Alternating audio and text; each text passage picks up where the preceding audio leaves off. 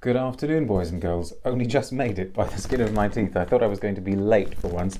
Let me just make sure that everything is all right on the tablet. Seem to be coming through. Make sure the volume is down, because otherwise that plays havoc with everything. Okay, thank you very much for tuning into episode 75 of Love. 75. Actually, I need to sort of pause and allow that to sink in. 75. Of Love at First Scent, with me, Persolaise, coming to you today from YouTube, as actually I have been for the last, I don't know why I keep saying coming to you today from YouTube. The plan for today, for those of you who are watching live, apologies to those of you who watch the recording, the plan for today is to do 3 shorter videos, and we are going to, as in 3 separate shorter videos, I was going to say single release, but they're not exactly going to be single release. We're going to start with this one, which is just the one release. In the next video, we're going to do 2. And then if we do manage to do the third video, depending on how everything goes, that video is going to be covering 5. So if you're intrigued by what the quintet could be, then you will need to stick around. But we're going to start in the usual way by smelling a perfume, so please keep the hellos and the comments coming. Please tell me where you are, but we're going to unseal this. This is I think probably I can still say the latest from Tom Ford. It's been around for a little while already, so I'm sure that many of you have already smelt it. As you can see, it's another cheeky name from Mr. Ford, after Lost Cherry and the other one, whose name I'm not going to say live on YouTube. We have now got Rose Prick. We can talk about that actually. Let me know what you think of the name. I have just had the briefest of sniffs of this a while ago, in of all places actually at an airport, which just seems like the unlikeliest place to be in at the moment. I mean, that feels like a lifetime ago, doing things like being at airports. But let us smell it. We have got a press release. You can tell me what you think about it. Oh, look, equally pink bottle. I suppose we'd call that what, baby pink or powder pink? Pink Panther pink it almost is, isn't it? So new from Tom Ford. And then after I've had an initial sniff, I'll say all of my hellos. So please keep all your messages coming. Here we go.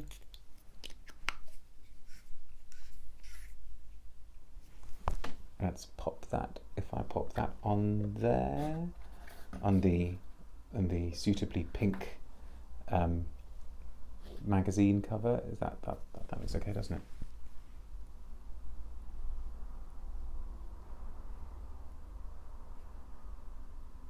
Yeah, and suddenly I didn't want to pay too much attention to it when I smelt it at the airport. I don't know how many of you find yourselves at airports and how frequently. I suppose when, in normal life mode, I might find myself at an airport 4 times a year, something like that.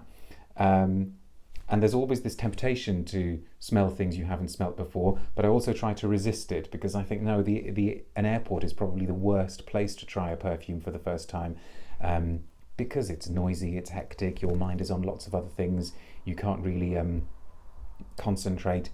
I find the most enjoyment I get when I'm smelling something at an airport is when I sniff a perfume that I know really well, because that can help induce a certain sense of calm. So I'm remembering now that when I smelt it, I thought, oh, so is he trying to do, as in he meaning Tom Ford, even though, a few perfumers may have been involved. Tom Ford is still interestingly cagey about the identity of their perfumers. But anyway, I asked myself whether what he was trying to achieve on this occasion was to kind of take a cutesy, jammy rose. There is something very, very fruity and jammy about this, and find the intersection between a darker, duskier Arabian, maybe almost slightly oudi patchouli rose, to see where the two would meet. And I guess I guess that this sniff now actually bears out that initial question. And I also remember thinking at the time that it didn't hit me as being obviously and overtly rosy in the traditional sense of a rose, I mean, I don't know if you think of a sort of really, really typically rose perfume like Sa Majesté la Rose from Serge Lutens, or Une Rose from Frédéric Malle. I mean, obviously lots and lots of other roses available out there. Andy Tower is fantastic at doing roses.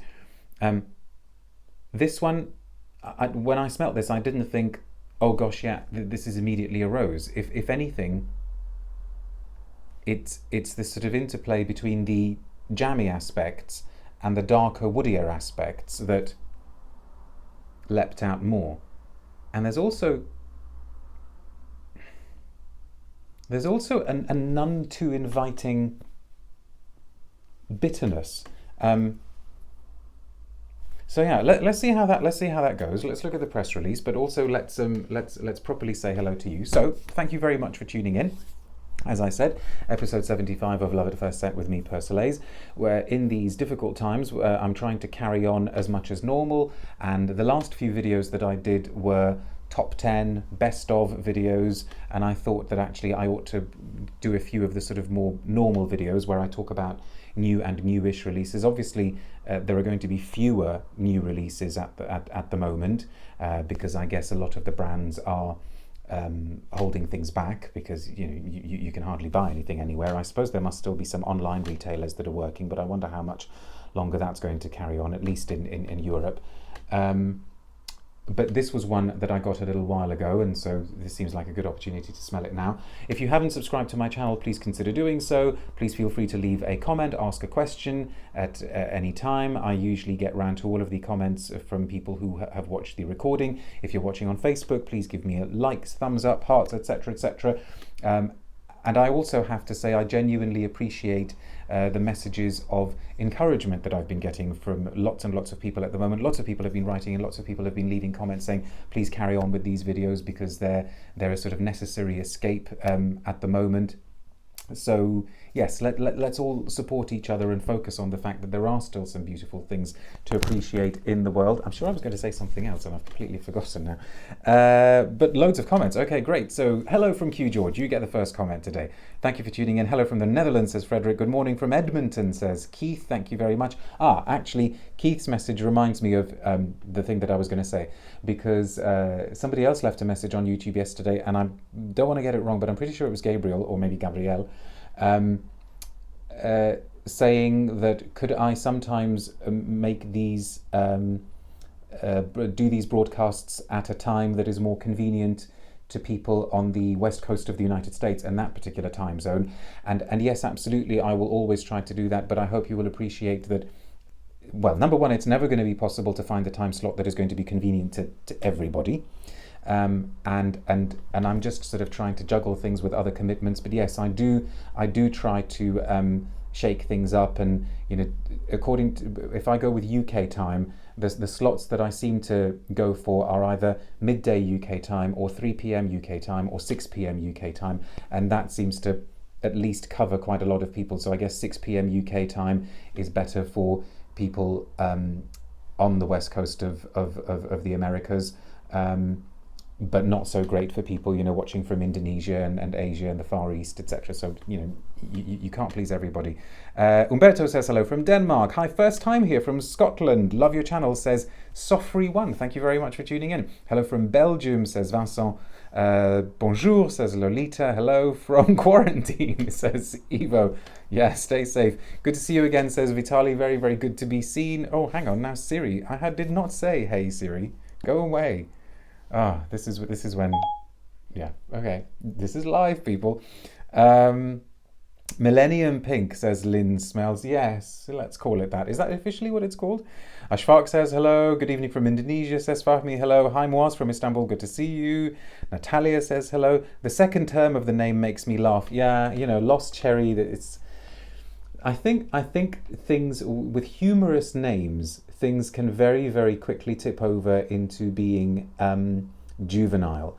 And Tom Ford, I think, actually, as a guy who espouses a certain aesthetic, I think actually has got really, really good taste. I mean, I suppose his tastes sometimes veer in the direction of 80s vulgar, but I think he usually manages to stay on the right side of that. But every now and then, there's the rose prick, lost cherry, you kind of think, yes, ha ha, very funny, can we just grow up and move on now, please? But anyway, I guess rose prick is marginally more amusing than Lost Cherry, but never mind. Mind you, Lost Cherry was a huge hit for the brand, apparently. Gino says, I recently got this. I enjoy it, but it smells completely different from the test strip versus on skin. Lovely. And actually, a fair point, I've said this lots and lots of times on these videos. We must bear in mind that I'm smelling the perfumes on paper. And also for a video like this, I will always try to do a blotter update where I say how the scent has developed over time on the blotter, and also if I've worn it on skin. Sunday says, hello from France. Q George, it's not bad, but not very inspiring or special. It's a release more for the name than the scent itself. I think you may well be right.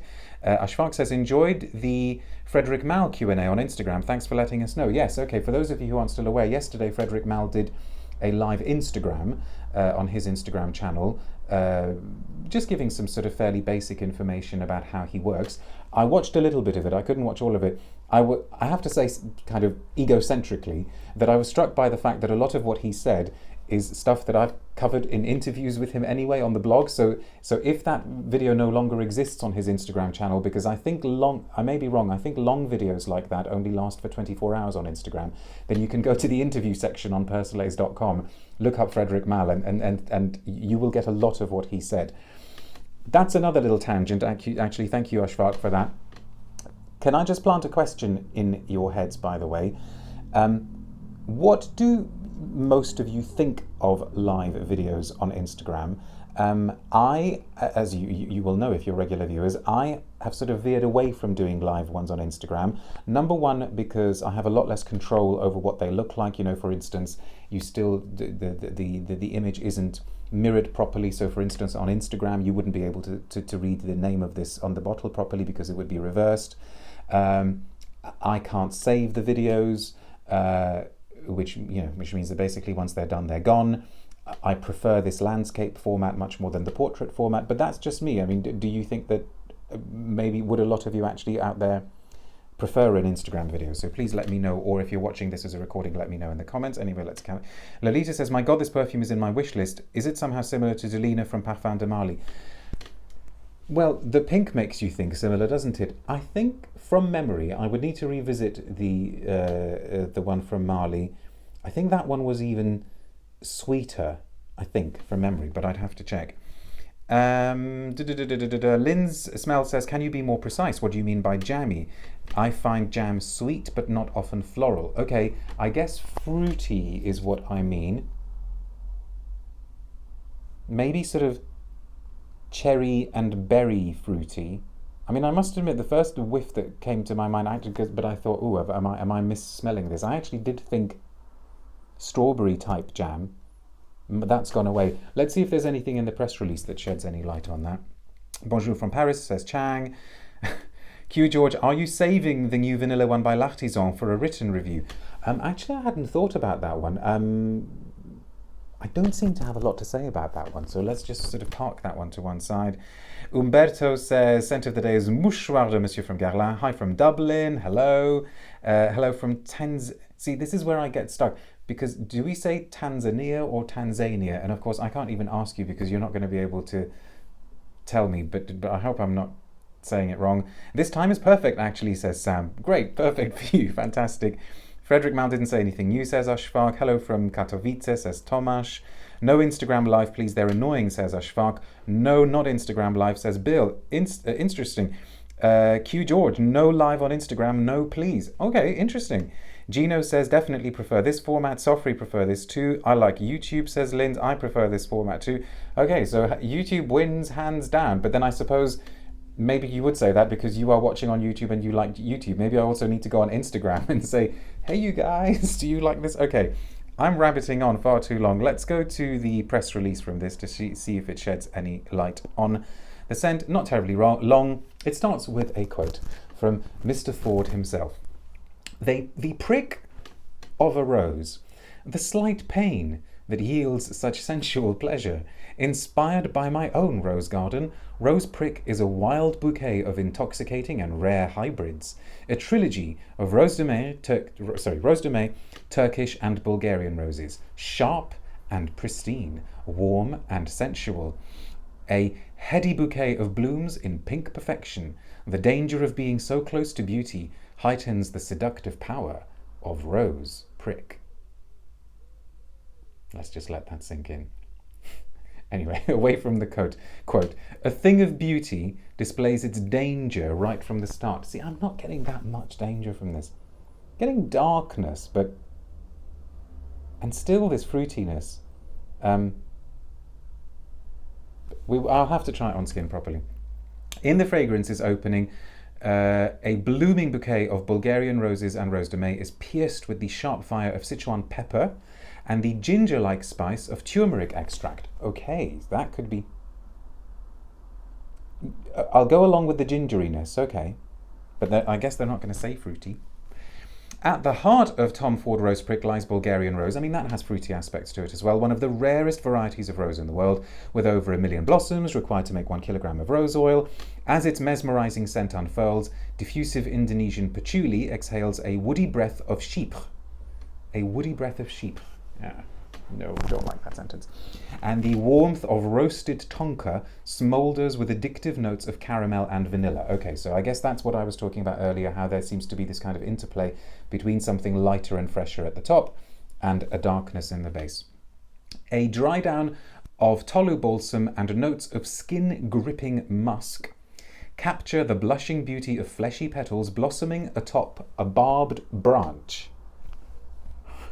The finish is so lovely, it hurts.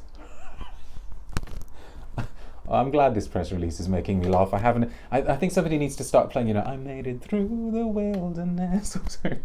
The finish is so lovely, it hurts long after you pull out the thorn. Touched for the very first time. A pink rose is a symbol of joy, and rose prick is contained in a matte, opaque, rose pink Tom Ford private blend bottle, capped with a matte black, etc., etc. Rose prick, a rose by any other name, wouldn't be Tom Ford. Actually, that's probably true, because I can't imagine many other brands deciding to call a rose perfume rose prick. I want to see what comments this has generated. Oh my goodness, the comments are going insane. Here we go. So, Right Glory says hello from Yorkshire, wearing a rose cuir from Frederick Mal. Ashfark says, I was about to make a what? A Kahlua? A Kahlua? I don't know. But live Persolaise can't be missed. That's very sweet. Frederick is going, oh dear, Umberto, this is painful. Chang is telling us that he's wearing Diptyque's Fleur de Peu. Gino says, do you get something cold cool from this scent on the strip, or is it just me? No, absolutely, but maybe I'm using the word fresh. I think it's probably that gingery fizziness that we're picking up on there. Lynn has picked up on skin gripping musk, absolutely. Typical disconnect between the perfume and the PR, says Ashfark. Umberto just went, no. I wonder which bit you're saying no to. Zena says, this smelled exactly like Love's Baby Soft from the early 90s to me. Okay. Nostalgic, but not what I want to smell like as an adult. And Lalita says, if I could make my own perfume, it would be a mixture of roses, sweet cherry, vanilla, and amber. Fair enough. So, yeah. Persolaise is having mixed feelings about this one. If the strip is anything to go on, I can't say that I would reach for this if I wanted a rose hit. I would go for something much more obviously and explicitly and overtly rosy, and also more richly rosy, because despite those descriptions in the press release, this is not coming across as especially opulent or rich. I can't get past that sort of slight camphory bitterness. Maybe that's the patchouli coming through, but to give it its due, I will of course wear it on skin. I just saw that I missed a comment. We're going to finish this video soon and then give it a 5-minute pause and move on to the next one. Evo says, I'm actually from Bulgaria and have pure Bulgarian rose oil at home, and I guess the earthiness could be the result of the high percentage of Bulgarian rose in the formulation. Interesting. Okay, possibly. But you know, when you smell like real beautiful rose otto, it's just so intoxicating and so complex and layered. You know, there are so many things going on in a good quality rose oil. and I guess I'm not getting a huge amount of complexity here. Ashfaq says, where is Dream of Me No More? Miss his cultural references. I don't know, maybe it's a bad time for him. Okay, so we will stop with this one for now, and after YouTube has done its uploading thing, I will be back with, oh, hang on, Lolita says, and my fragrance, will call it My Heart, My Soul, My Everything. Great. And I will be back soon with, I will tell you now, with the latest from Eccentric Molecules, because they have done a 5th one. So there's Eccentric 05 and Molecule 05. So see you in a few minutes. Take care.